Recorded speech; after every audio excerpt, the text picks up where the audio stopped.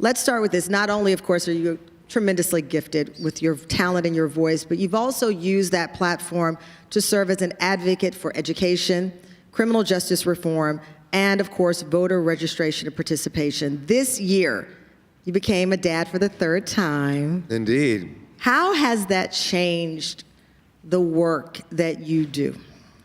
Well, I've always cared deeply about the future. I've always cared deeply about the world we are building for our children and leaving to our children. But every time I think about all the love that we pour into our own kids and all we want for their future, I also think about all those parents that don't have the resources that we have. I think about how our systems have to be built up to be resilient, to be edifying, particularly our school systems. So many things that we can do as a nation, as a globe, to make our world safer and better for our young people. And so much of that has to do with the political process. So many of the decisions that are made by politicians who are supposed to represent us will affect the lives that our children can have. And that's why I vote, that's why I get involved in the electoral process, because I know how much it matters for now and for the future. And that's why I fight so much to make sure that everyone has access to voting, and that the election laws and rules surrounding registration and voting are made with maximal participation in mind. So that means making it easier for young people to register, automatic registration when possible. That means making it easier for young people to vote. And that also means fighting against those who would create barriers, because there are plenty of politicians out there who will intentionally try to erect barriers, who will intentionally try to make it more difficult for people to vote if they don't think they'll vote their way. And so their strategy is not to make their policies more attractive, make their governance more appealing so they'll win more votes. Their policy is to try to pick their voters. And we want a democracy that's open to everybody and that encourages our leaders to do what's right, because they know that they answer to the people. I want to dig in on some of what you highlighted, starting out with the fact that Gen Z showed up in record numbers in the 2022 midterm elections. Yet, as you pointed out, it is clear that there are still these barriers that need to be broken down. What are some of the specific barriers? And the call to action would be, what can we do to change and correct these? Well, I think some of it needs to be on our end. We as young people, I'm still counting myself as young. Yeah, that's a stretch. But we have to make sure that we are reaching out to our friends, encouraging them to get out and vote. On college campuses, all of these places where young people are concentrated, there needs to be outreach efforts, making sure folks are engaged and they understand the stakes for these elections. If you think about just recently, particularly on the state level, there are so many laws being put in place that affect our reproductive rights. So many women who want to choose when and if they have children, states are trying to make that decision for them, put the government into that decision when it should be far from it. LGBTQ rights are being contested and fought in our state houses.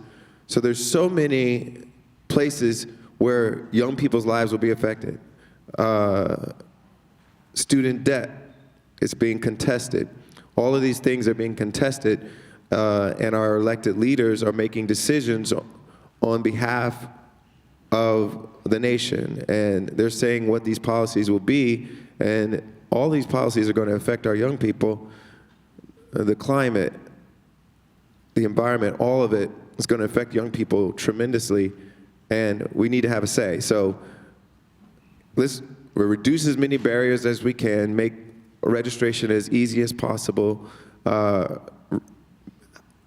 keep doing the outreach so that we talk to each other, encourage each other, help each other if we need help registering.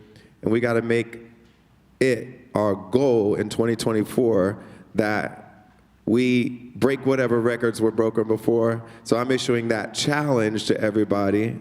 The challenge to everybody is to make 2024 a record-breaking year for youth turnout here in the United States. So let's do that. That would be incredible.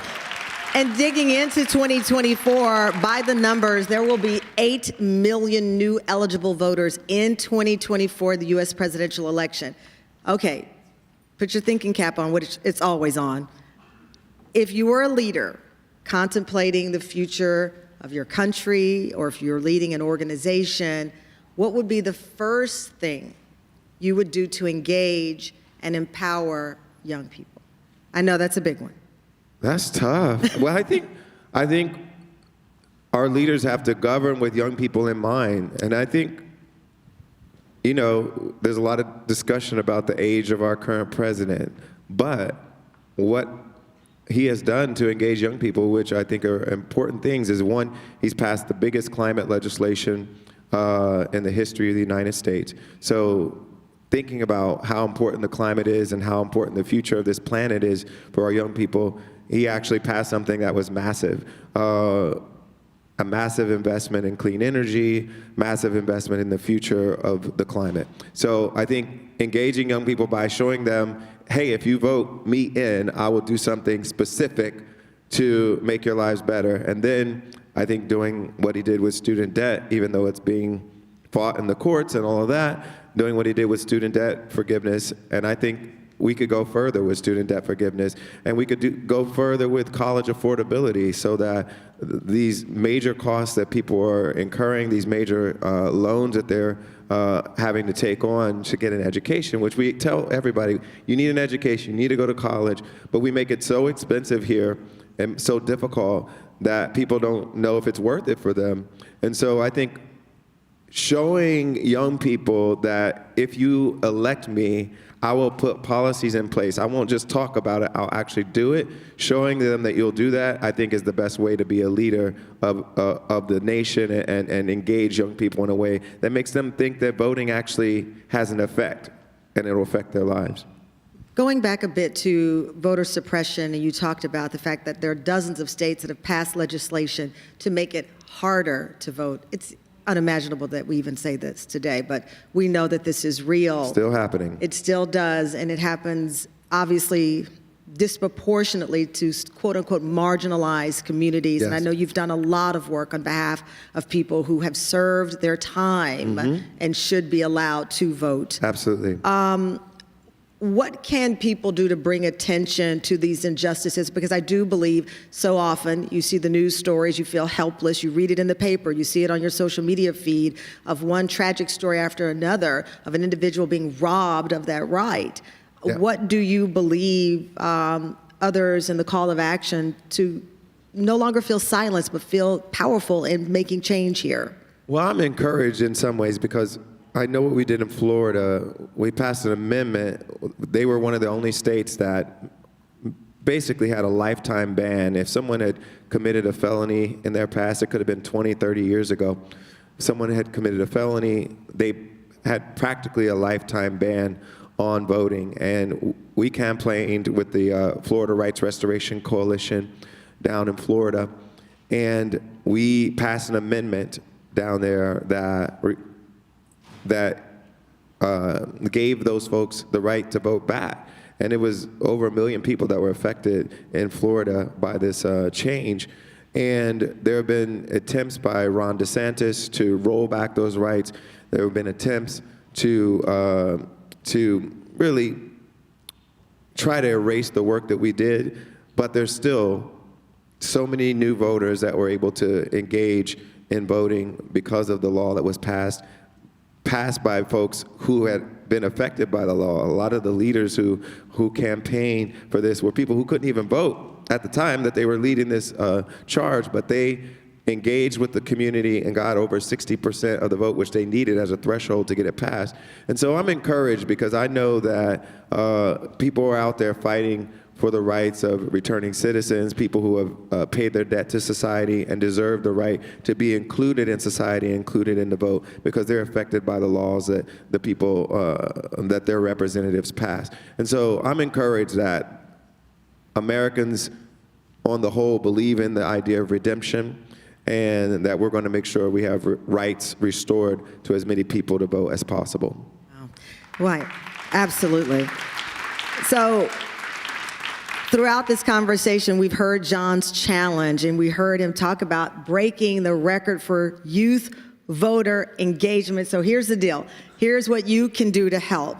We want to ask everyone watching and everyone here to go to headcount.org/GC now to check their voter registration status. And then share that link with 5 people in your lives who are under the age of 25. Don't include me and John. Well, maybe me. I'm long past 25. So don't send us the link.